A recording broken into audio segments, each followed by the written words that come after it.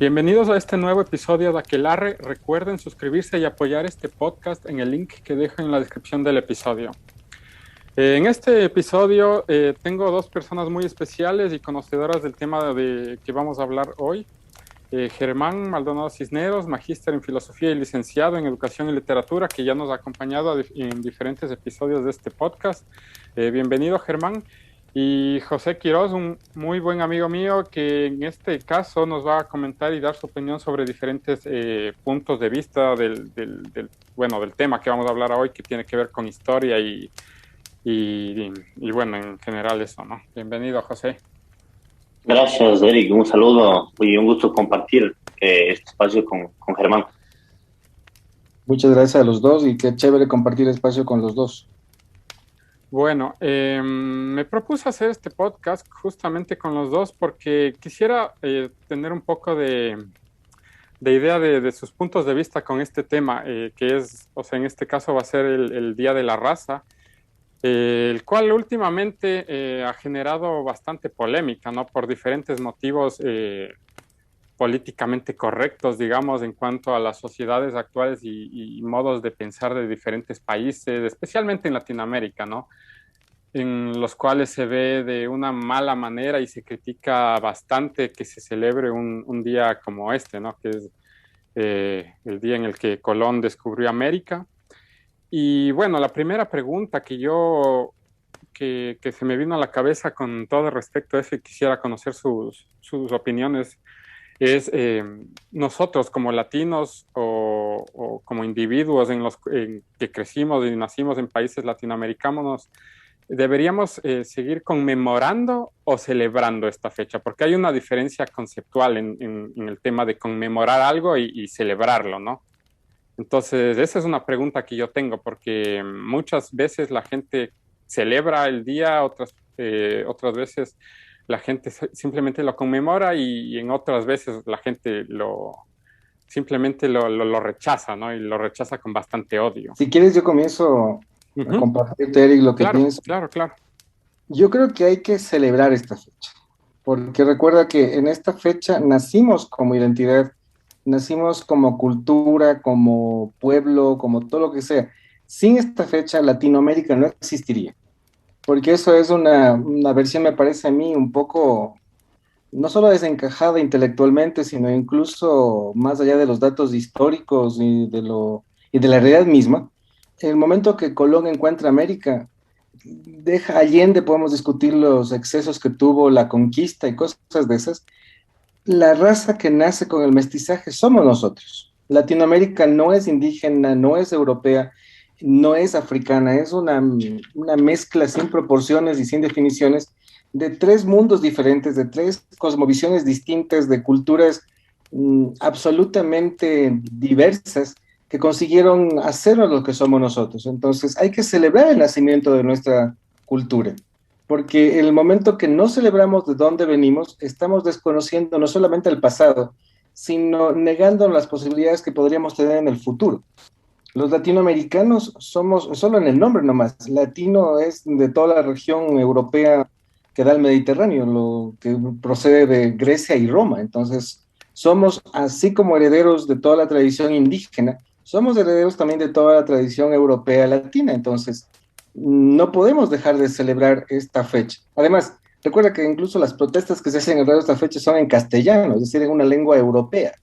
Entonces quiere decir que si no entendemos de dónde venimos, estamos en falsos estándares de lo que dices tú, Eric, de políticamente correcto, de reivindicar temas que en el fondo pierden la perspectiva histórica, y ahí tal vez José tenga más perspectiva de eso, pero pierden la connotación histórica de entender el momento que fue el 12 de octubre de 1422 y algo que estamos en el 2021. O sea, esos más de 500 años de separación tienen que haber representado algún salto cualitativo, pero me late que hay regresiones a dolores y trampas que lo único que consiguen es victimizar a América y no propiamente reconocer la raza que es.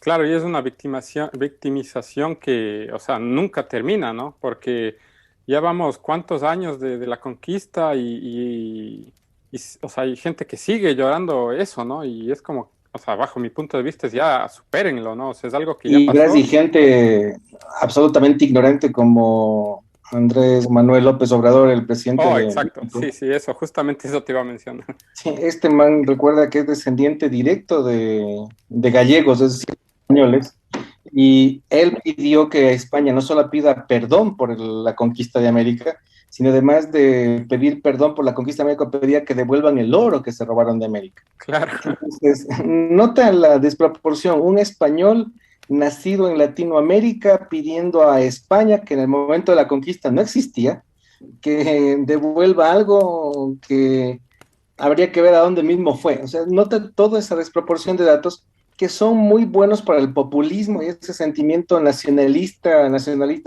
retrógrado, sobre todo de las incipientes naciones latinas que no tienen un carácter de Estado y pueblo y pretenden reivindicar, en el fondo, temas que no tienen nada que ver con lo que estaríamos pensando como pueblo, como identidad, como nación. Sí, bueno, el 12 de octubre es una fecha que genera mucha controversia, ¿no? Y tú tienes claro las dos visiones, la una de la extrema izquierda, que dicen que es una fecha que se celebra un genocidio, ¿no? Y bueno, también tienes, ah, especialmente en España, ¿no? La otra versión, especialmente a los que les dicen de ultraderecha, bastantes historiadores, como hay un historiador famoso de apellido Velázquez, que es del partido Vox, que es bueno, le tildan de ultraderecha, ¿no? Que él dice que la segunda fecha más importante en la historia de la humanidad, la primera es el nacimiento de Jesucristo, el 24 de diciembre, ¿no? Bueno, o la fecha que haya nacido Jesucristo. Y la segunda fecha más importante es el 12 de octubre, ¿no? Y claro, él te dice que es un día que cambió prácticamente eh, para completamente la historia de lo que somos ahora.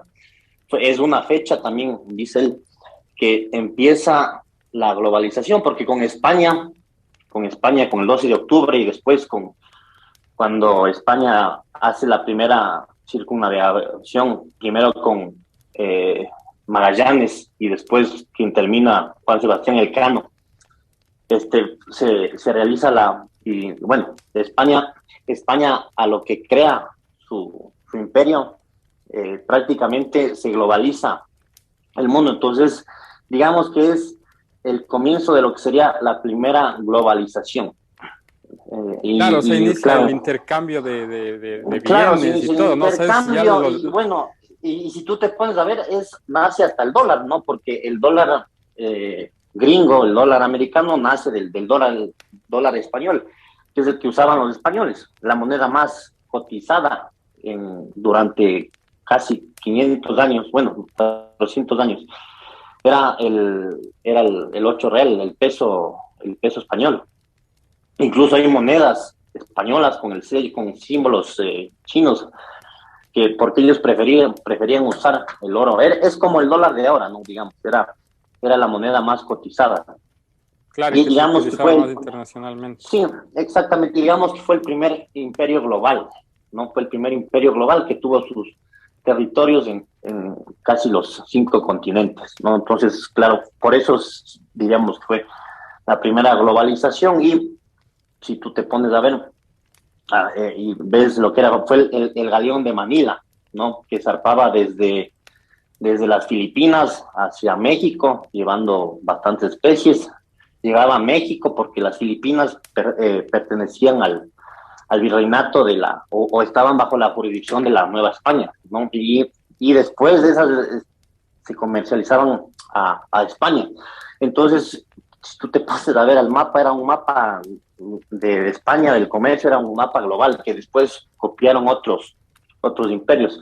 Y claro, todo eso deviene de lo que sería, o de lo que fue el 12 de octubre, y que del 12 de octubre eh, comienza, digamos, porque nosotros somos lo que somos ahora, nosotros somos una cultura occidental, ¿no? Somos Y eso lo debemos también a la religión, porque lo primero que hicieron en la conquista, nosotros pertenecemos a esa visión, lo que nos diferencia de los árabes, de los asiáticos, es que nosotros somos occidentales, tenemos esa visión occidental, y eso nace en parte de la religión y también de los principios grecolatinos. No, ese modo de pensar, nosotros de eso celebramos la Navidad, la Semana Santa, qué sé yo, el Día de Muertos.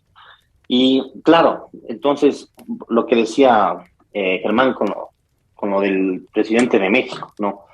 Que es algo nacionalista. Bueno, yo creo que es algo antinacionalista, porque si vos te pones a ver qué es ser mexicano, bueno, ser mexicano es, obviamente, es hablar español, ¿no?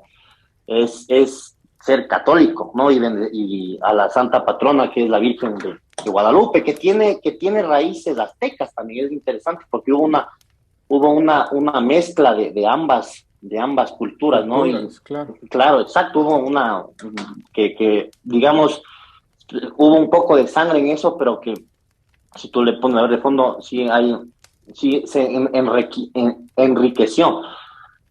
Por un lado, porque en nuestro caso, por ejemplo, que más que los aztecas somos de los incas, ¿no? Aquí se hablaba quichua, y el quichua era una lengua que no tenía escritura, ¿no? Entonces el español entregó escritura. Al quichua era una lengua ágrafa, que no tenía escritura, entonces el español entregó, y el español tomó varias palabras del quichua, ¿no?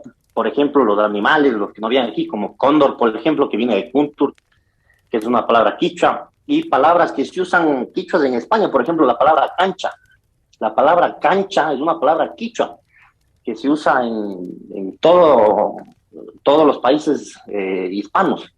Y claro, de cancha viene canchón, canchero. Entonces hubo una como idiosincrasia ahí que claro, es una mezcla y o sea, algo que se compartió entre dos culturas. Sí, no es que solamente exacto. recibimos de España, sino que nosotros, o bueno, los pueblos originarios de América también contribuyeron a la lengua y a la cultura española, ¿no? Y como bien mencionas, o sea, quiero aquí hacer otra pregunta con algo que ya mencionaste, que es el comercio, ¿no? A raíz de todo esto, de que se descubrió un nuevo mundo, comenzaron a nacer más redes comerciales, ¿no? En las cuales se introdujeron animales acá y se importaron animales desde América a Europa también, ¿no? Entonces, además de estos intercambios en cuanto a comercio, les quisiera preguntar ustedes ¿cómo creen que fue el aporte en cuanto a desde el lado de España hacia América?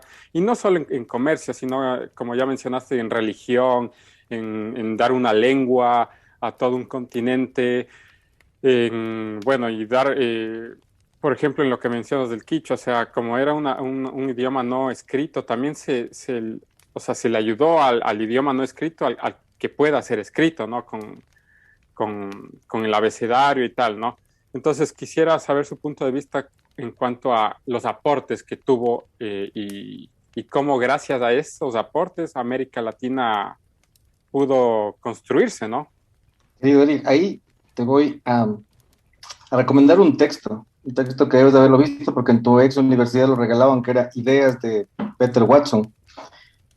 En el capítulo 6 tiene una cosa muy interesante porque justo la pregunta que estás haciendo dice que es de las más complicadas de contestar, porque no podemos tener ahorita una magnitud de cuánto fue el aporte del un continente al otro, del otro al uno. Es decir, fue un intercambio tan brutalmente simbiótico y rápido que no podemos saber hasta dónde llegó ese contacto. ¿Por qué te digo esto? Solo comencemos por algo que hay que incluso corregir.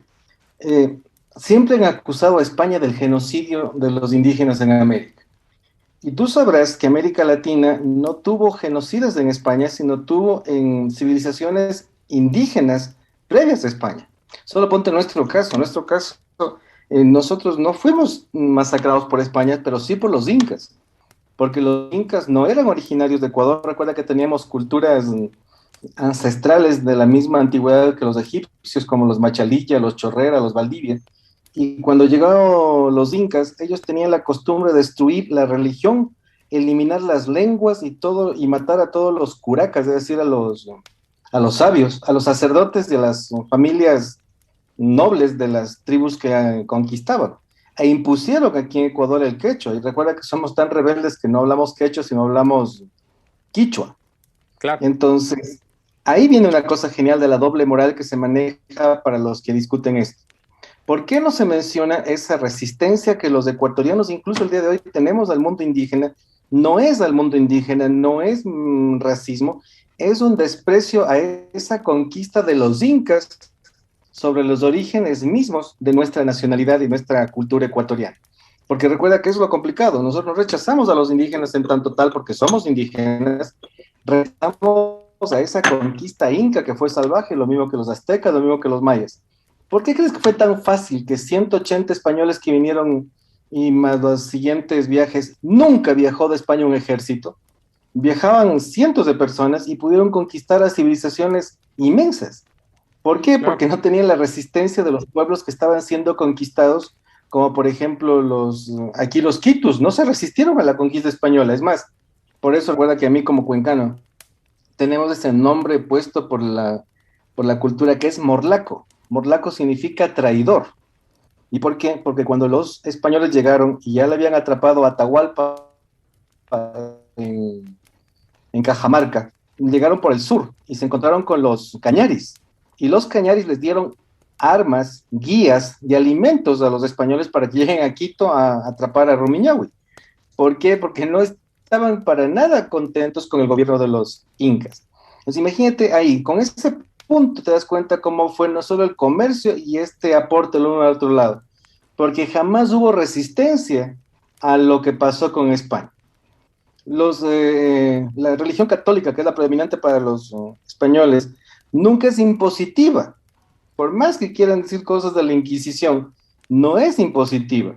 Lo que hacen es una especie de barroco, lo que llama Bolívar Echeverría, que ojo, que es de escritor de izquierda, pero reconoce esto, que hace un mestizaje barroco, es decir, tómanlo de un mundo, tómanlo de otro mundo y crean un nuevo mundo que combina los dos de una manera ni siquiera mezclada, sino superpuesta.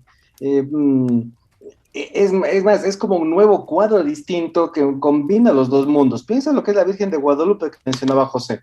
Es una diosa indígena, la diosa de la cosecha, Xochiquetzal, y ahí a esta diosa, que es la diosa antigua, la diosa de la fertilidad y de las cosechas, le dieron el aura de la Virgen, una Virgen embarazada, una Virgen morena.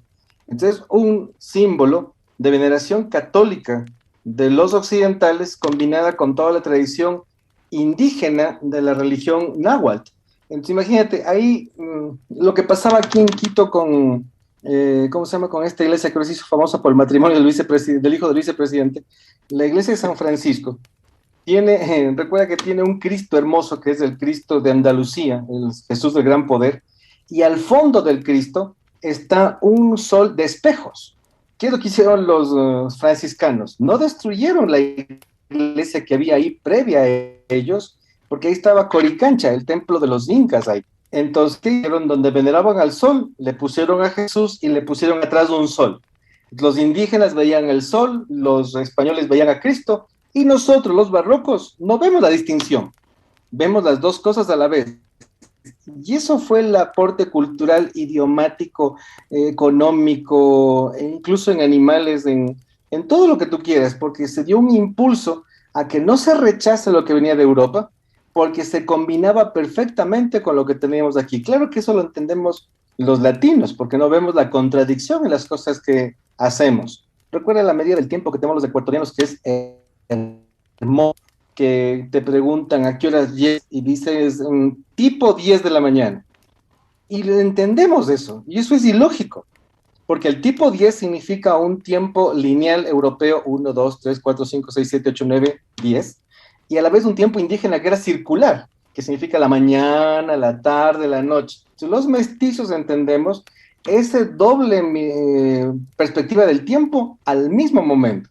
Entonces, ¿qué significa? Fue un aporte tan grande a la nación de esta nueva civilización a lo que Vasconcelos llama la raza cósmica, esta raza cósmica que descubrió, por ejemplo, la rueda que trajeron de Europa, que esa es de las cosas de lógica que tenemos aquí. Conocíamos la rueda, pero no la usábamos para transporte ni para movilización de productos. Y llegó a España e introdujo la rueda, pero se llevaron de aquí animales que en Europa comenzaron a ser maravillosos. ¿Y qué animales?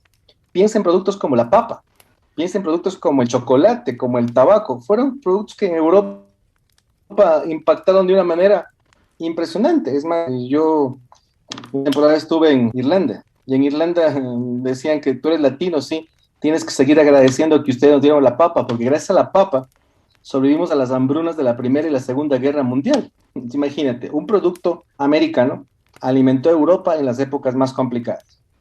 Y piensa ahora que estamos cerquita esta fecha de los difuntos. ¿Cómo entiendes a la cultura ecuatoriana sin las guaguas de pan, que son hechas con trigo, con una colada que es indígena mestiza, porque tiene frutas americanas, pero tiene preparación europea? Entonces, yo creo que en este momento darnos cuenta el aporte del uno al otro ya es súper complicado, porque la línea divisoria de una cultura con la otra se perdió hace cientos de años. Yo creo que ahora vivimos una realidad que nosotros, justo lo que decía José, somos tan occidentales que vemos, nos sentimos en casa en el mundo occidental, pero también vivimos todo el mundo indígena, nos sentimos en casa en el mundo indígena.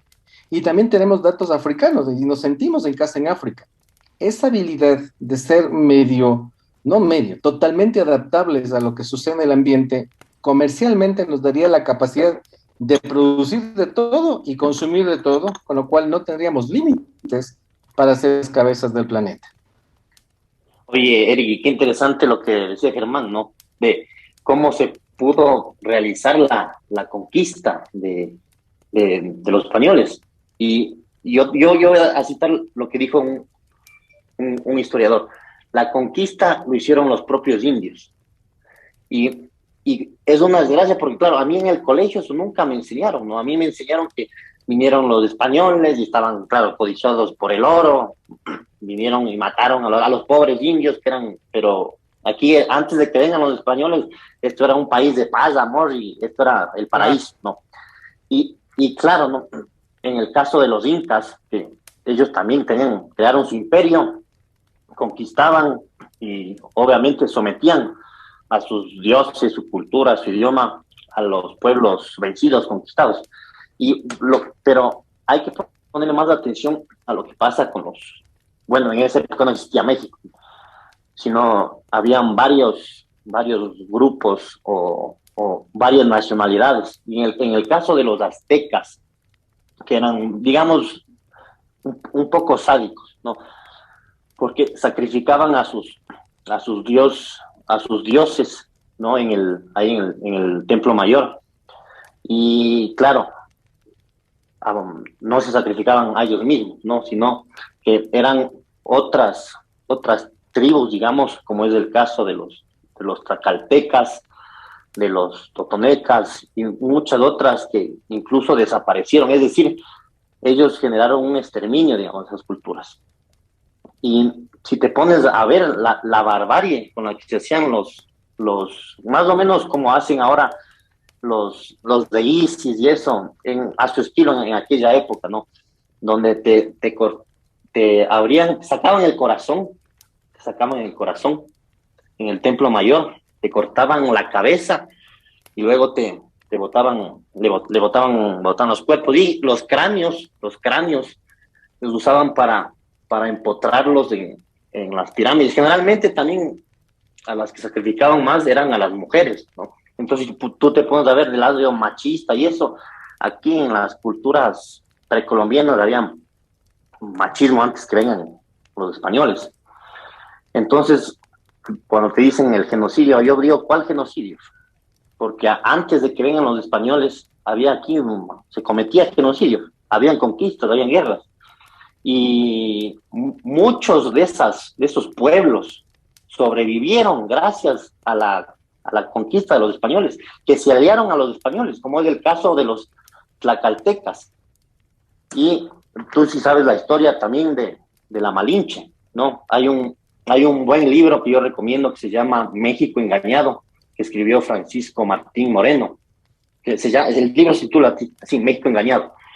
Y claro, trata de desmitificar toda esta historia manipulada, especialmente digamos, de frente, por la gente de las izquierdas, ¿no?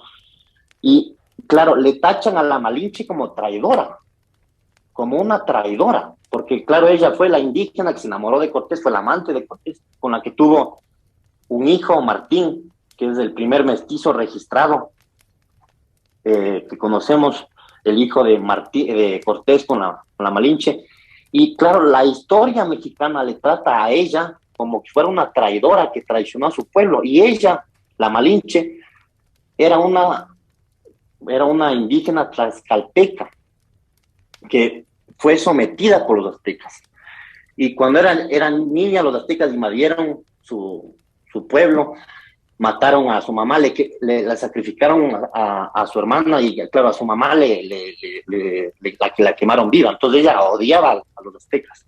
Entonces claro, cuando vienen los españoles, obviamente, los tlaxcaltecas se unen a los españoles para liberarse del yugo y salvarse del exterminio de los aztecas, que ya habían eliminado otras civilizaciones. Entonces, claro, en el libro trata de reidentificar la historia, porque ¿cuál es el problema de la historia? El problema de la historia es que no es una ciencia exacta, ¿no? El problema de la historia es que es una ciencia social, pero que cada rato se la reescribe. Claro, y depende más o menos de más que una nada perspectiva, hay ¿no? que reescribir exactamente, y siempre que tengan de historia, tú tienes que decir qué historia, porque hay muchas historias, ahí hay la historia de la izquierda, ¿no? Que es la que maniquea a la historia a su conveniencia. Y es la que hoy en día está poniendo el grito en el cielo por todo este tipo de días conmemorativos, ¿no? En los cuales, bueno, voy a la siguiente pregunta y que es, o sea, cómo hemos visto alrededor del mundo gobiernos y protestas, etcétera, contra este día y en los cuales, por ejemplo, México, ¿no? Que es uno de los principales en los cuales la gente en protestas ha ido derribando estatuas y atribuyendo, digamos, estas estatuas a la glorificación de como ellos consideran el genocidio del hombre blanco y todo esto, ¿no? Entonces, o sea, bueno, yo no sé hasta qué punto el quitar estatuas va a solucionar algo, ¿no? Porque igual, o sea, como ustedes dicen, esto es parte de nuestra historia y es así, o sea, no se puede cambiar la historia. Más bien, bajo mi punto de vista, es algo de lo cual tenemos que aceptar porque es algo, o sea, de donde venimos, primero que nada. Y tenemos que aprender más que nada sobre todo el contexto histórico, político e incluso hasta económico que existe en este tipo de eventos, ¿no? Que como bien dices es el segundo más importante de la historia de la humanidad porque se descubrieron bastantes cosas, se compartieron bastantes otras. Obviamente, a ver, cambió el mundo. derramó sangre, sí. Fue un día que no es nada perfecto. Fue un día que cambió el mundo. Claro, o sea, cambió el mundo totalmente, porque como tiene el título, o sea, se descubrió el nuevo mundo. Entonces, o sea, cambió el rumbo de la humanidad de tal manera que hoy no estaríamos donde estamos si no hubiera sido por eso, ¿no? Y me viene incluso, no sé si Germán me dé la razón, pero incluso hay historiadores que dicen que la era moderna, no todos los historiadores, pero muchos historiadores dicen que la era moderna fue o empieza a partir del 12 de octubre. Así de importante es esa fecha. Y no solo eso, sino que encuentro una cosa más que a mí me late, que es más bien un problema de doble moral. Es decir, votan los monumentos que a la izquierda le parece que deben votarse y se enaltecen otras realidades que ni siquiera existían. A ver, ponte a pensar esto mismo de Malinche, y a mí Malinche me fascina porque recuerda que Cortés le dio un título nobiliario y ella fue Doña Malinche. Doña Marina. Doña Marina Malinche, imagínate, ella tuvo incluso el privilegio de ser una noble española, pero bueno, lo complicado es pensar desde 2021, criticar con los estándares sociológicos y todo el conocimiento científico etnográfico de este momento, criticar lo que hizo España en 1400 y 1500. O sea, estamos haciendo una revisión histórica absolutamente estúpida. Recuerda que para el momento cuando la Iglesia Católica llegó a América e impuso la imposición de la religión no era cuestión, ojo, no era cuestión de ponerte en la religión y obligarte a que tengas esa religión. Lo que pasaba al bautizar a una persona en ese momento era darle ciudadanía para que pueda considerarse parte del Imperio Español y no pueda ser esclavizada. Y esto es de las cosas más complicadas que no hemos descubierto. Y aquí te voy a decir una barbaridad que vas a ver cómo me van a caer, pero España jamás tuvo esclavos. España. Los que fueron esclavistas fuimos los mestizos. Y eso es otra cosa diferente a España. Entonces, según la ley de India. La ley de India, recuerda que la Reina Católica jamás permitió la esclavitud, pero hubo esclavitud efectiva en América Latina, pero no por España. Fuimos los mestizos que siempre hemos sido un poco peleados con las leyes y las normas, que por eso fue las ganas de liberarnos de España, no fue porque queríamos libertad e independencia, queríamos hacer las cosas que nos daban la gana, más allá de las normativas que tenía, por ejemplo, todo este Tratado de Indias y todo lo que estuvo en el codilicio del testamento de Isabel la Católica. Entonces, nota lo que está pasando, solo creo que es una doble moral que intenta justificar esos fantasmas de victimización, para que América Latina sea como una especie de, no sé, de ser indefenso, que necesita la protección de estados superpoderosos, que los únicos que los patrocinan así es la izquierda. Es decir, no pensamos en individuos libres capaces de ver hacia adelante, darse cuenta de su realidad, decir estamos en el 2021, echemos para adelante, sino más bien es, lamentémonos por lo que pasó hace no sé cuánto. A mí me da asco, por decirlo poco, ver que cada 12 de octubre el monumento a Isabel la Católica aquí en Quito tiene que amanecer protegido por policías, por valles y tal, porque el año pasado, recuerda lo que hicieron, le pintaban de rojo y las feministas ecuatorianas, que me daría vergüenza decir eso, pero lo hicieron, le ortigaron al monumento a Isabel la Católica diciendo que mujeres empoderadas destruyen a mujeres poderosas. ¿Alguna vez habrán leído algún libro de historia y se darían cuenta que tal vez doña Isabel la Católica fue de las mujeres más significativas de la historia y consiguió justo con esto el descubrimiento de América cambiar la historia y comenzar la etapa moderna de la historia? Estoy de acuerdo contigo, José. De darse cuenta de esa capacidad que tuvo esa mujer, que yo la admiro profundamente, no es para que le estén ortigando, porque significa que jamás han leído la historia de esta señora, que para la época ella debiese haber sometido a su marido, que era primo hermano de ella, don Fernando de Aragón, y ella jamás se dejó someter. Y recuerda cómo era ¿cómo se llama? Se me fue el nombre, lo que estaba en los semblantes de los reyes era monta tanto, tanto monta. Isabel como Fernando, o sea, los dos eran reyes cada uno en su lado. Entonces... Y otra cosa muy importante, Germán, ese mismo año, en 1492, los reyes católicos expulsaron al último reinado de Granada a los moriscos, al último reinado musulmán. Estas feministas deberían dar gracias que fuimos conquistados por católicos y no por musulmanes, pues. Que vino la religión, la cultura occidental, que hoy en día es la que más apertura le ha dado la mujer, si tú te pones a comparar con otras culturas. Y claro, es un rechazo, es un odio a la Iglesia Católica y sobre todo a la cultura occidental. Y claro, a su majestad, la Reina Católica, que expulsó no recuerdo si fue el 1 o el 2 de enero de 1492, el año de España, que expulsó después de 711 años a los musulmanes. Se publicó la primera gramática española en 1492 también. El español fue la primera lengua moderna que tuvo una gramática por Antonio de Nebrija, y obviamente la más importante, que fue el descubrimiento el descubrimiento de América. Ok, entonces bajo el punto de vista de los dos, o sea, obviamente está mal destruir los monumentos históricos, ¿no? Es que recuerda lo que, no me acuerdo quién decía esto, pero es un gran latino que decía, historia magistra vita. Si la historia no es capaz de enseñar lo que pasa en el en el presente, recuerda que el pueblo que desconoce su historia está condenado a repetirla. Y es lo que estamos haciendo continuamente.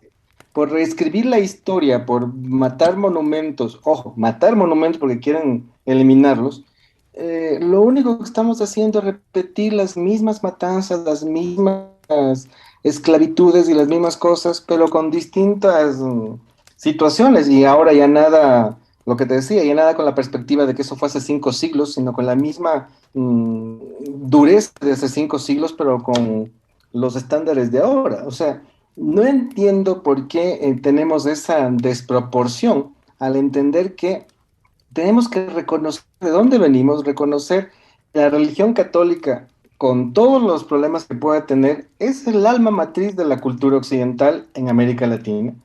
Es la que proveó las universidades, es la que trajo misioneros que, como justo contaba José, rescataron las lenguas primitivas, rescataron a los indígenas, rescataron un montón de cosas. Ponte a pensar, Pedro Claver, este jesuita en Cartagena de Indias, él comenzó a bautizar negros.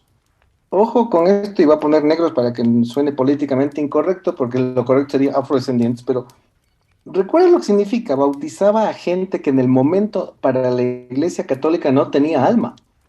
Eso era un acto, si quieres, medio blasfemo, medio hereje lo que hacía Pedro Claver, hasta que luchó y la Iglesia reconoció que tenían alma y se les quitó la capacidad de ser esclavizados. Entonces, nota la labor que tiene el Occidente con toda esa historia que deberíamos rescatar. O sea, lo que yo he oído muchos discursos es eliminemos a la Iglesia Católica de la historia de América Latina y el poder que ha tenido. Eliminemos la historia de América Latina y la religión católica y la religión se queda sin base, sin fundamento y sin el engrudo para que se unifique todo este mundo barroco y mestizo. Quitemos, por ejemplo, a los grandes personajes, o sea, ¿dónde dice la católica? No hay lógica, o sea, ella es para nosotros una de las protagonistas de lo que pasó con la visión que ella tenía en el siglo XV y siglo XVI, con los datos que ella manejaba, con la posibilidad de lo que ella hizo. Pero recuerda que ella fue tal vez la mujer que efectivamente descubrió y no tanto Colón, porque Colón, él murió pensando que no había llegado a América, pero tal vez de ella sí se dio cuenta y por eso hizo que Colón le quiten los diarios y no vaya a hacer más barbaridades escribiendo cualquier cosa. Pero a este punto estamos llegando. ¿Por qué en lugar de reconocer lo que pasó y haciendo un examen histórico pero efectivo, dando la categoría de 1500 para el examen de lo que pasó ahí, entonces desde ahí comencemos a examinar la historia, a examinar efectivamente cómo podemos crecer como continente, como América Latina? Imagínate un continente que no tiene ni siquiera una sola lengua como propia, sino tiene una matriz latina y una matriz indígena para crear la lengua. ¿Qué lengua no es nuestra? O sea, ¿qué lengua no es nuestra? Si la Biblia, el Popol Vuh, el Chilam Balam y la Odisea y la Ilíada son nuestros libros básicos, tanto como la Biblia, significa que nuestro acervo cultural, nuestro acervo económico, nuestro acervo científico incluso no tiene límites, pero reconociendo la historia en su efectiva medida, no con esos estándares de izquierdas medio perdidas que intentan solo fijarse en detalles que no vienen al caso. Porque obviamente si tú lees la de Fray Bartolomé de las Casas, la relación de la destrucción de las Indias, es un texto que se escribió para que las cortes de España frenen los abusos de los conquistadores. Ojo, ahí les doy razón, hubo abusos de los conquistadores, pero no significa que toda la conquista fue abusiva. Eso es otra cosa. Entonces, ahí podemos ir teniendo la perspectiva exacta de lo que significa para nosotros lo que pasó hace 5 siglos. Es decir, deberíamos estar en la perspectiva de, ¿somos esto? ¿Qué somos? ¿Cómo nos definimos? Porque muchas veces les oigo a muchos mestizos pensarse indígenas de 1500, pues. O sea, porque dicen, nos conquistó España. Y digo, ¿nos conquistó? Tú eres, tú eres indígena de 1500, ¿no? Entonces no te conquistó España. Tú eres hijo de España, pero también eres hijo de los indígenas de ese momento. Entonces, no puedes decir, me conquistaron, porque también fuiste conquistador. Yo alguna vez cuando viví en España, un latinoamericano le dijo a un español, dice, tus abuelos me conquistaron. Y él dijo, no, tus abuelos te conquistaron porque los míos se quedaron aquí, por eso yo nací aquí. Claro. Entonces, nota la pequeña diferencia. Digo, si tuviésemos esa perspectiva, y justo también lo que decía José, eso es auténtico, si en los mismos escuelas y colegios de América Latina se enseñase una historia un poquito más exacta de lo que pasó, no habría tanto estos fantasmas y tantas barbaridades que las llevan adelante populistas, porque ni siquiera vamos a Exactamente, eso decirte que es. son, es el pueblo el que quiere, el pueblo es feliz con la religión católica, el pueblo es feliz con el castellano. No, no puedo ser yo un poco salvaje, pero no he visto una mayoría del pueblo ecuatoriano, así como un 50 o 60%, intentando aprender las lenguas indígenas primitivas. No les he visto. Intentan aprender inglés, francés, alemán, chino, lo que tú quieras, pero no es eso, porque no es ese nacionalismo de rescatar lo indígena, porque eso ahí no está el cúmulo de identidad, sino en esta mezcla rica de lo que somos, en lo que mientras más mezclados somos, nos sentimos mejor. Mira, yo no tengo ningún problema con el Halloween que viene ya mismo, que es una fiesta de tradición irlandesa céltica que llegó a Estados Unidos y nos llega a nosotros. Hay mucha gente que, oh, qué desgracia, qué barbaridad, cómo nos alienamos con esta intromisión del Halloween. Yo digo, claro, pues una vez que Atahualpa celebraba Navidad y, sí, o sea, o si quieres peor, si los antiguos pobladores de América jugaban fútbol como nosotros, y sabrás que el fútbol es inglés. Entonces, da esa casualidad. Yo creo que más bien reconocer esa riqueza que tenemos de todo lo que hemos crecido como cultura, como raza cósmica, que es lo que te decía de Vasconcelos, este mundo nuevo, esta visión que tenemos del planeta para poder ser abiertos a la realidad de lo que nos puede venir en el futuro. Claro, y con relación a lo que decías del populismo, bueno, hoy en día está bastante, entre comillas, normalizado este tema sí, de poner a España en el puesto del malo, ¿no? En la colonización fue mala y España nos debe disculpas y se robaron el oro y que ni sé qué, ¿no? Que son discursos fácilmente digeribles que los populistas, generalmente de izquierdas, utilizan para propagar ese veneno de odio, ¿no? En la gente, y la gente se lo cree, pues. Y como resultado, justamente hablando del Día de la Raza, en muchos de los países, como nos podremos imaginar, en algunos países el Día de la Raza no es el nombre, digamos, oficial que tiene la fiesta, sino como que el nombre más utilizado.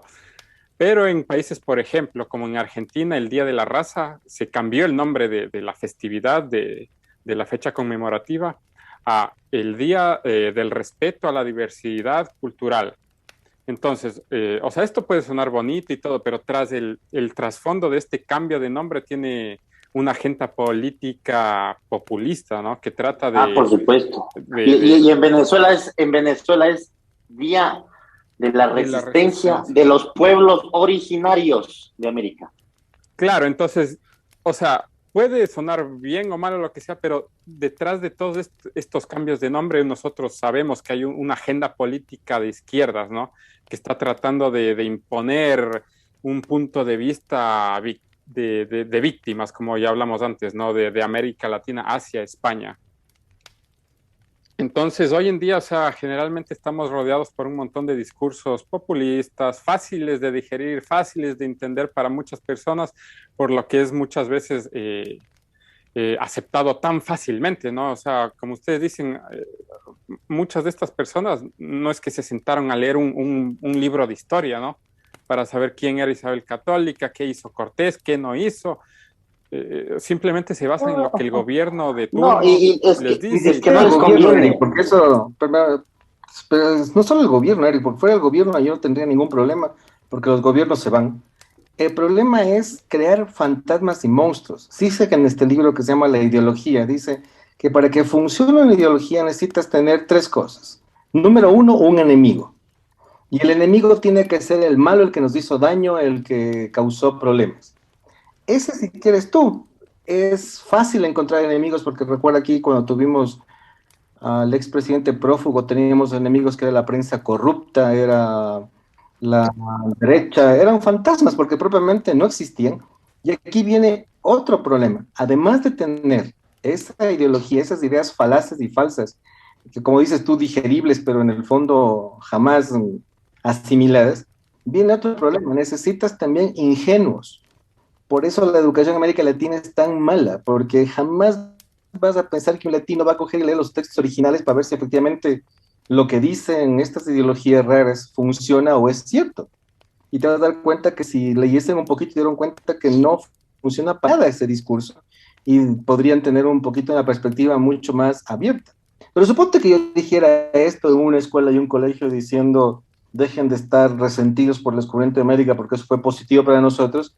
Eso en este momento no es políticamente correcto, porque hay que Exacto. buscar, ay, pobrecitos los indígenas que se destruyeron. Mira, los indígenas a mí me fascina cuando llegan acá a Quito con poncho y sombrero. Deberían saber que es un homenaje a Isabel la Católica, porque doña Isabel la Católica les mandó que usen poncho y sombrero porque parecía que estaban muy desnudos. Entonces, ni ellos se dan cuenta que son unos mestizos cualquiera y vienen a reclamar cosas de indígenas que ya no están aquí porque están dentro de nuestra sangre, dentro de nuestra cultura, dentro de nuestro ser. Entonces, a mí cuando los indígenas quieren ser solo indígenas, es un discurso tan populista, tan incluso totalitario y fascista, que lo único que consigue es incrementar el resentimiento de la gente ignorante para que esta ideología mediocre funcione. Entonces, ahí estamos pensando en, no solamente en falacias y falsedades, estamos pensando en un problema mucho más complicado, que es tener víctimas a las que el populismo, el clientelismo y el paternalista puedan seguir teniendo bajo su dominio. Claro, fácilmente controlables, ¿no? Y mira, Eric, a la historia no es que no saben la historia, no, no les conviene la historia, porque la historia, la verdadera historia, les duele. Y en el caso del Che Guevara, por ejemplo, de ese genocida, homófobo, racista, claro, ¿no? Que para la izquierda es un ídolo, pero lo máximo, es el Superman latinoamericano, es un ejemplo a seguir, hay camisetas, tazas, todo. Y vos te dices, y claro, hay hasta monumentos, ¿no? Entonces, y vos te pones a ver cómo la historia está tan manoseada, ¿no? Cómo hay varias historias, cómo a mucha gente no le conviene la verdadera historia. Y eso se repite exactamente en el 12 de octubre. Y mira, Germán decía algo de Bartolomé de las Casas. Él fue uno de los padres de lo que se denomina la leyenda negra, que nació en Italia, después se fue a Holanda, porque Holanda fue también colonia española cuando entraron los Austrias a, a, como reyes en España. Y claro, después lo usaron los ingleses, fueron los que más potenciaron la leyenda negra, que prácticamente es destruir la identidad española, toda la cultura hispana, ¿no? Decir que los españoles fueron los mayores genocidas, ¿no?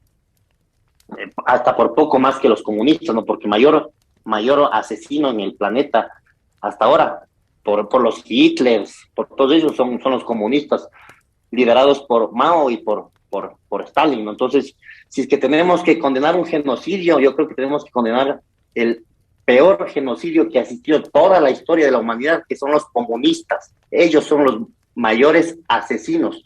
Y lo peor que hemos tenido como ser humano se llama comunismo. Y bueno, eso también es un poco más historia reciente, ¿no? O sea, porque, Sí, bueno, no, o pero sea, es y que, eso claro, sería vos un te poco dices, más no, pero es un punto de debate. como lo que decía Germán, o sea, algo que pasó hace 500 años es difícil ponerlo en un contexto actual, ¿no? Pero hablando ya de genocidios de historia más reciente, o sea, sí se lo puede como que poner en un contexto político, económico, social más reciente, ¿no? Porque eso pasó hace nada casi. Sí, pero a ver, yendo otra vez a lo del 12 de octubre, ¿no? Donde hubo la conquista y eso. Vamos al caso de Hernán Cortés, que es distinta a la de Pizarro. ¿Por qué? Porque, claro, cuando Cortés llegó no hubo un conflicto, no hubo una lucha. No. Varios de los aztecas, especialmente de varios de los curas aztecas, creían que era la reencarnación del dios Quetzalcóatl. Entonces, claro, le invitaron, hubo una reunión, hubo fiestas, les entregaron a sus mujeres y todo. Después, cuando Cortés se va, porque en Cuba, Diego Velázquez se había enterado ya de lo que había hecho Cortés y manda a Pánfilo de Narváez para que le detenga, ¿no? Porque, claro, se le estaba llevando todo el éxito de la conquista Cortés. Entonces, claro, él sale de México, de Tenochtitlan, perdón, y después de eso, cuando Cortés regresa otra vez a la ciudad, después de que vence a Pánfilo de Narváez, claro, se encuentra de que estaba muerto, no es Cuauhtémoc, se me fue el nombre del gobernador azteca. Moctezuma. Moctezuma, porque claro, los aztecas ya estaban enfurecidos de tenerles a los españoles ahí como huéspedes, y claro, los españoles le sacan a un balcón para que los calme y le lanzan piedras a Moctezuma y Moctezuma muere, y claro, ahí ya se desata el caos. Y claro, ahí está ya el conflicto, los españoles huyen de Tenochtitlan. Tenochtitlan era una ciudad que estaba en el medio de un lago, ¿no? Nadan, salen nadando, muchos mueren, ahí se produce la noche triste, y la mayor cantidad de muertes que se produjo ahí en la conquista fue por la viruela, porque los españoles, claro, tuvieron relaciones sexuales, contacto con las indígenas, y claro, se produjo, los indios no tienen esa inmunidad a las enfermedades europeas. Entonces, esa es otra cosa que se les atribuye mucho, ¿no? O sea, que mucha gente siempre critica diciendo que los españoles trajeron las enfermedades a América. Claro, la mayor cantidad de muertes no fue por la espada, ni por las balas de los arcabuces de los españoles. En el caso de México fue por la viruela. Fue ahí por lo que se produjo. Ahí se produjo un número significativo de muertes por parte de ellos. Pero los españoles no tenían idea de eso, ¿me entiendes? Ellos no planificaron eso. No fue deliberadamente hecho por los españoles. Les vamos a matar a estos manes con la viruela. Ni siquiera sabían ni conocían. Es igualito al discurso que diríamos ahora: matemos a los chinos porque nos mandaron el COVID. O sea... Exacto, correcto, exactamente. Entonces, claro, yo te decía de lo del Che Guevara, ¿no? Le hablan a un mal ejemplo, a un genocida. No sé qué opine Germán de esto. Y en el 12 de octubre, yo creo que ir contra el 12 de octubre es ir contra uno mismo. Yo creo que es escupir contra el cielo, ¿no? Porque como decía Germán, no, le quitas el 12 de octubre y tienes que quitar todo. Tienes que quitar la lengua, nuestra religión. O sea, imagínate a Quito sin iglesias, ¿no? Tienes que quitar la fanesca, la colada morada, la guagua de pan, tienes que quitarle los sombreros a los indios, los caballos, ¿no? Porque, claro, los chagras, obvio, los chagras montan el caballo. También hay que quitar eso, porque eso trajeron los españoles del caballo. Hay que devolver el quichua o el quechua, tiene que devolver todas el abecedario que le entregó el español, ¿no? Porque era una lengua ágrafa y hay que regresar a los tipos, ¿no? Entonces, imagina, es una estupidez, ¿no? Me parece una estupidez de eso de pedir perdón, porque entonces, si pedimos perdón por eso, entonces todo el mundo tendría que pedir perdón, no los griegos deberían pedirles perdón a que ahora son Italia, ¿no? Porque los romanos les invadieron. Y claro, también el presidente norteamericano debería pedirle perdón, que pidan perdón a la reina de Inglaterra, ¿no? Entonces, a mí me parece una estupidez. Y otra cosa, en el caso del presidente de México, lo usa también como cortina de humo, ¿no? Porque si tú te pones a ver, claro, en México hay una crisis con los cárteles de la droga. El gobierno mexicano es uno de los gobiernos más corruptos que hay de Latinoamérica. Entonces, pero tú lanzas, ¿no?, lo del 12 de octubre, ¿no? Y es una cortina de humo perfecta, ¿no? Entonces, le tienes a todo el mundo ahí en México hablando del 12 de octubre y claro, ya hablan del rey de España que tiene que pedir disculpas, y claro, le tienes a toda la gente ahí hablando y olvidándose de todos los grandes problemas que hay, ¿no? Entonces yo creo que eso también es una estrategia política, ¿no?, que se usa como cortina de humo en el momento para tratar de evitar los problemas. Y claro, obviamente él es muy hábil en eso, lo utiliza a conveniencia, ¿no? Para tapar, de tapar, ¿no? Los problemas que hay y enfocar en la prensa y a los medios a que se discuta ese tema. Claro, o sea, hay una agenda política, como ya dijimos antes, no siempre detrás de todos estos temas para simplemente como complacer a las masas o yo qué sé, ¿no? Como tener como que un poco más de aceptación y crear controversia en torno a temas que realmente, o sea, no tienen ni pies ni cabeza y simplemente distraer la vista del pueblo de los problemas reales que tienen, ¿no? Y, o sea, es eso simplemente, ¿no?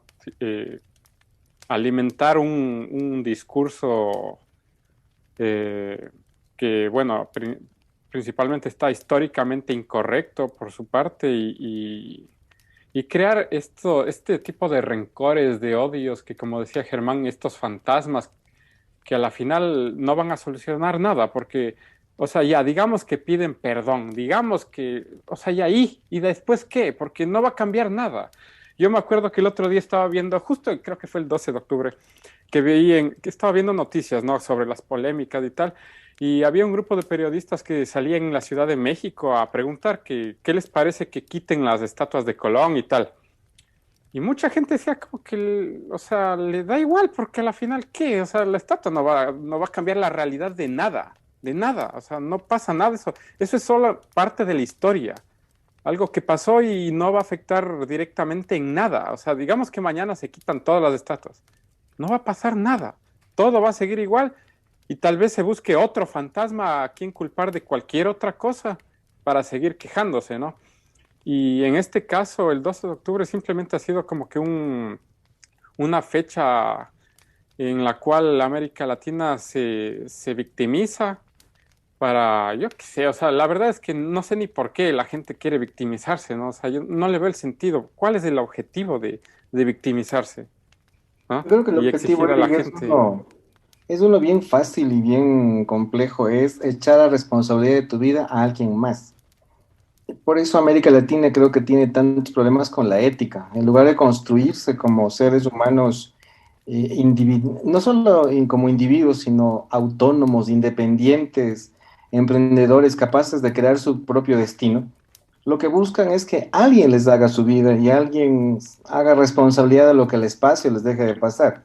Y eso es muy común aquí en América Latina. Entonces, por eso creo que se victimiza tanto y seguimos pensando en el descubrimiento de América, en lo que pasó en esto, en el otro lado, porque es la mejor manera de no asumir responsabilidad sobre lo que tú tienes a tu alcance y a lo que a ti te toca hacer. A mí me fascina que pienses, si tú ves ahorita la situación política del Ecuador, quieren que un presidente que lleva 100 días en el cargo solucione 14 años, y bueno, 14, 200 años de problemas estructurales de corrupción y pobreza en el país. Y el pecado más complicado que tiene el actual presidente, porque eso a mí me parece absurdo de lo que piensa la gente, es que tenga dinero que lo hizo trabajando honradamente. O sea, él debería ser pobre, debería ser estúpido, debería no sé qué más hacer para que le caiga bien a las personas, para que no tenga nada de qué atacar. Entonces, nota lo que sucede. Esos resentimientos causan gente necesitada no de líder, sino de pastor. Es decir, es lo que dice Foucault en el poder pastoral. Un pastor que les diga qué hacer, cómo pensar, hacia dónde ir, qué tipo de trabajo tener, qué tipo de insumos consumir, qué tipo de realidad vivir. Porque no son capaces de descubrir que los actores de lo que está pasando en su vida son las propias personas.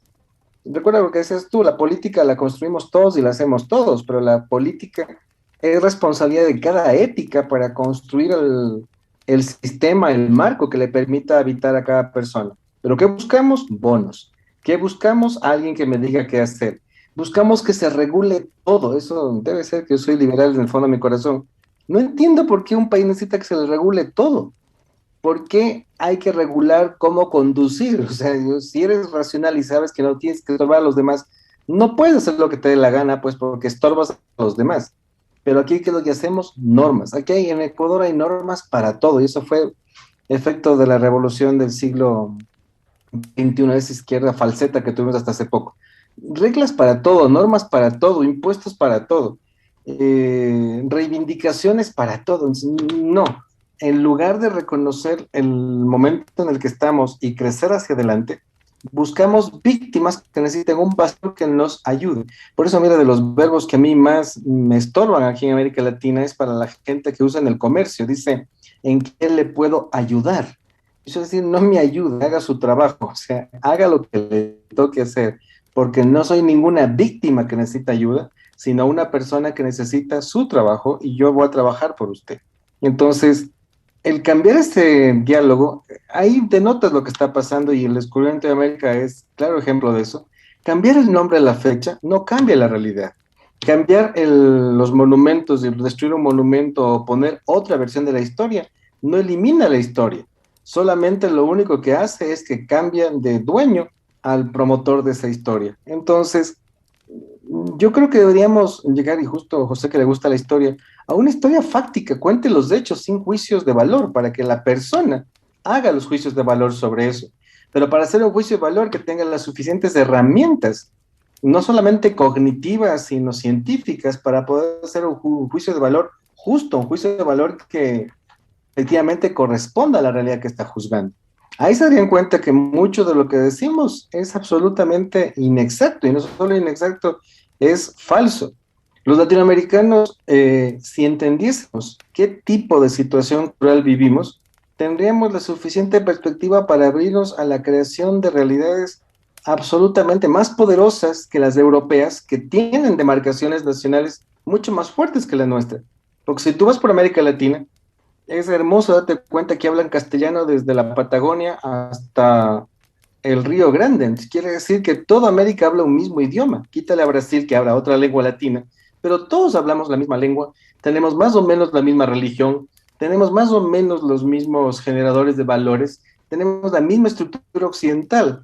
¿Te imaginas si nos pusiéramos de acuerdo el poder que tendríamos no solamente como pueblo, sino tendríamos como comercio, como fuente de todo esto, y no ser solo productores de materia prima? ¿Por qué? Porque somos víctimas que no podemos construir las cosas. Creo que América Latina está en el momento de dejar atrás ese pasado negro, porque no hay pasado negro ni blanco, hay pasado, y nosotros somos ese pasado actualmente. Entonces, si somos capaces de dar ese salto, entonces podríamos crear una realidad.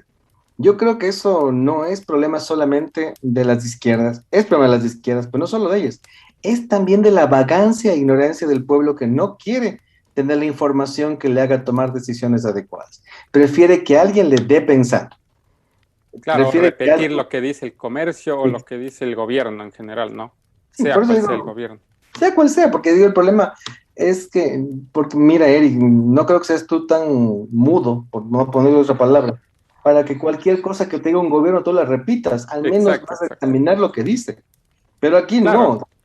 no. Mira, ahorita con el señor expresidente prófugo y toda la pandilla, o no sé ni cómo llamarle a todo ese acervo de gente con glosas, con contratos, con vainas, todavía siguen defendiéndole al ex presidente prófugo. Entonces uno se pone a pensar, realmente el país prefiere que alguien le dé pensando y no ver los hechos con sus propios ojos.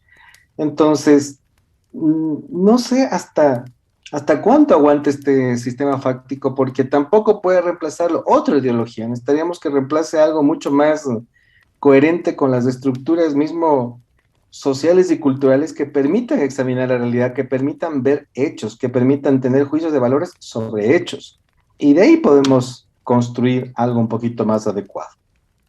Y ese estado que decía, ese estado, ¿no? Que decía Germán, ¿no? Que hay leyes para todo, ¿no? Y todo te controlan. Acuérdate que hasta hubo una ley que prohíba que tomemos alcohol el domingo, creo que era. O sea, es ese estado protector, ¿no? Que socialista, ¿no? Y no es izquierda falseta, Germán, no, es izquierda. Vinimos con eso de la izquierda falseta. Se repite y se repite que la izquierda falseta, que eso no es izquierda. Desde la Unión Soviética, desde la Alemania del Este, desde Corea del Norte. No, eso es de izquierda. Es la izquierda pura, nada de falseta. Siempre es de ese cuento, de que Es que, es ¿sabes izquierda. a qué me refería con falseta, José? Que son tan incoherentes que ni siquiera pueden ser bien izquierda, es decir, o sea, intentan no decirte que son izquierda para que sus fracasos no parezcan de izquierda. Por eso recuerda que aquí Correa y todos sus secuaces no se llaman izquierda, se llaman revolución del siglo XXI, pero es izquierda. O sea, son tan falsos, tan falsetas que ni siquiera el nombre auténtico pueden asumir. Claro, es como muchos socialistas que se quieren diferenciar de los comunistas, digamos, ¿no? Dicen, no, es diferente, es la misma cosa en el mismo saco, simplemente que se quieren alejar un poco de los fracasos de otros partidos o de otros tiempos, ¿no? Entonces, o sea, yo le veo más o menos de esa forma. Sí, sí, Eric, pero ellos se denominan de izquierda. Ellos te dicen que son de izquierda. Eh, Claro, pero si vos les dices comunistas, ya dicen, no, no somos comunistas, ¿me cachas? A pesar de que sea la misma porquería. Más que la misma porquería, recuerda que en los mismos tratados de Marx y de Engels y todos, incluso Lenin, el comunismo es el fin del socialismo, porque el socialismo solo es un paso. La idea era llegar al comunismo.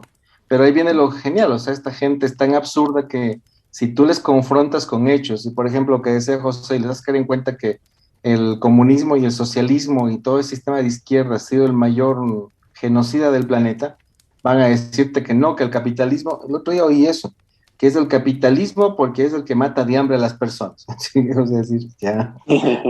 No entendí cómo mata de hambre el que te permite que trabajes, pero bueno, debe ser que soy bastante ignorante y no caigo en cuenta esas barbaridades. Pero es el problema, no es ser lo suficientemente solventes, incluso para tener un juicio de valor sobre ese sistema que podría estarnos viendo y examinando y pudiendo dar una opción de vida.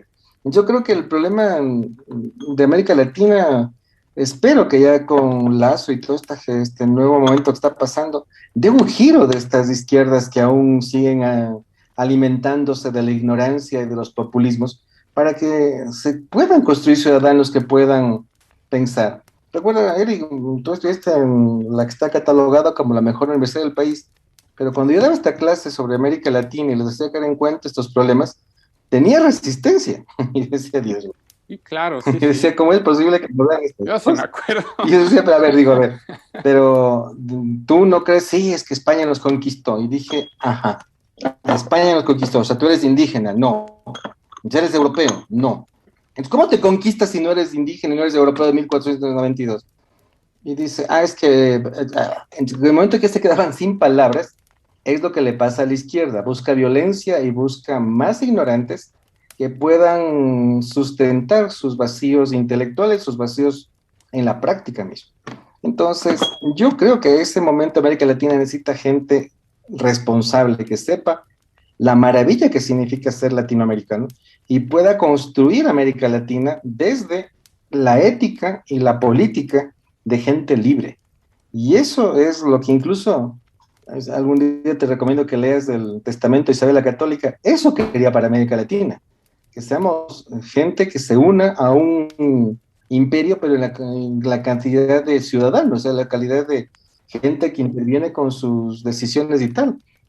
Pero nosotros no somos capaces de leer ese texto si no somos capaces de oírle a cualquiera de estas personajes de izquierda que te van a decir, hoy la Isabel la Católica no era una mujer porque realmente nos conquistó.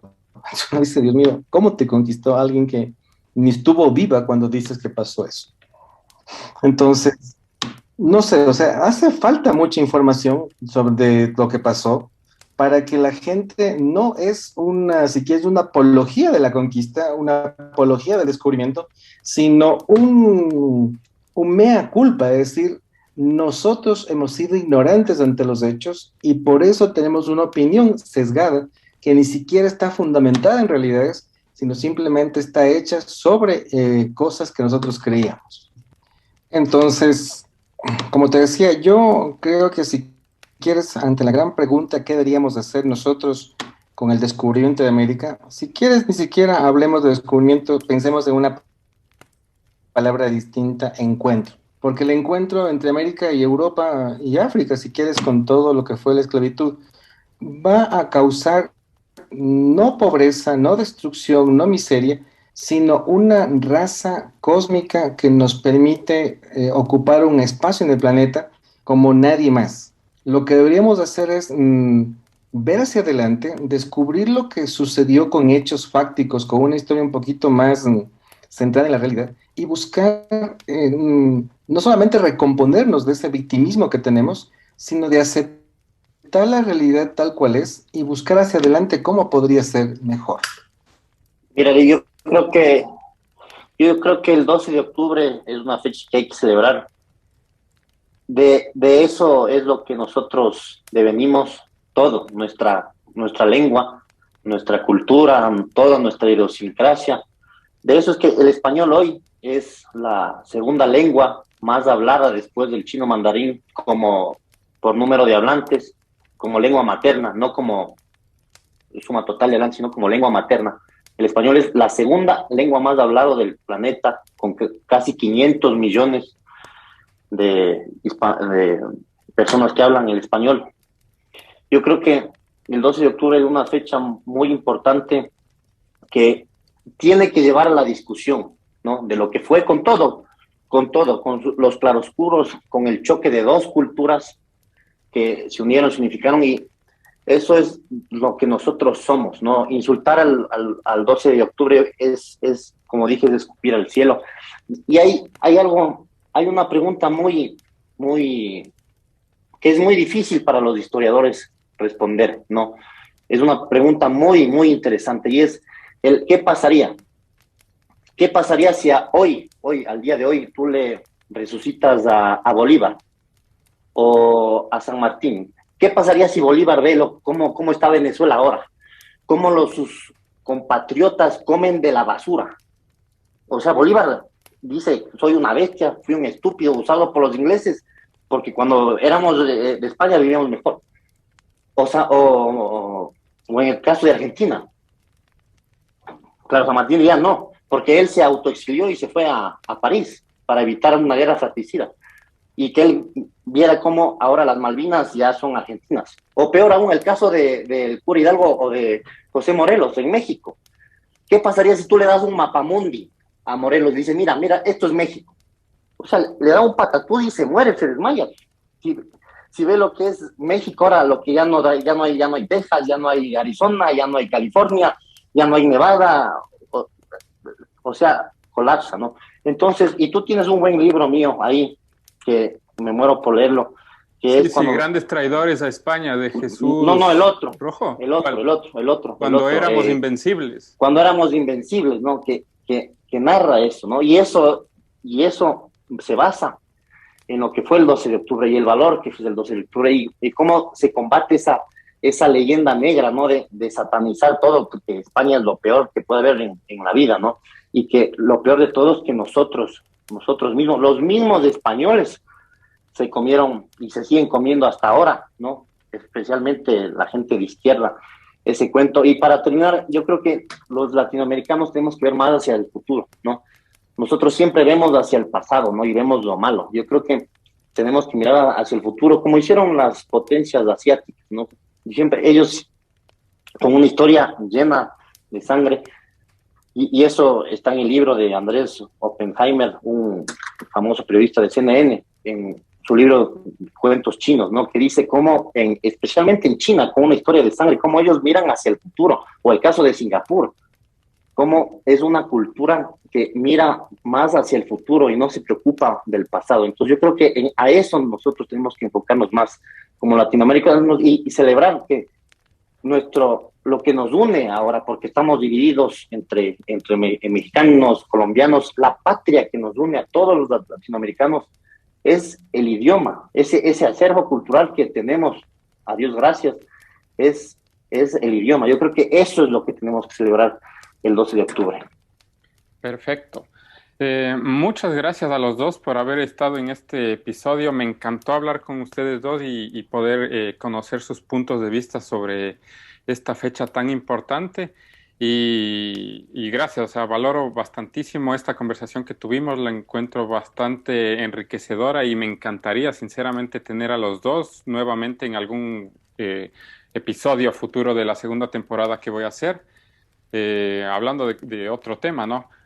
Germán, muchísimas gracias, igual por haber estado aquí. José, también a ti, muchísimas gracias. No, a ti, Eric, muchas todo. gracias y un gusto de compartir con Germán. Me encantó, muchas gracias y se aprende mucho también.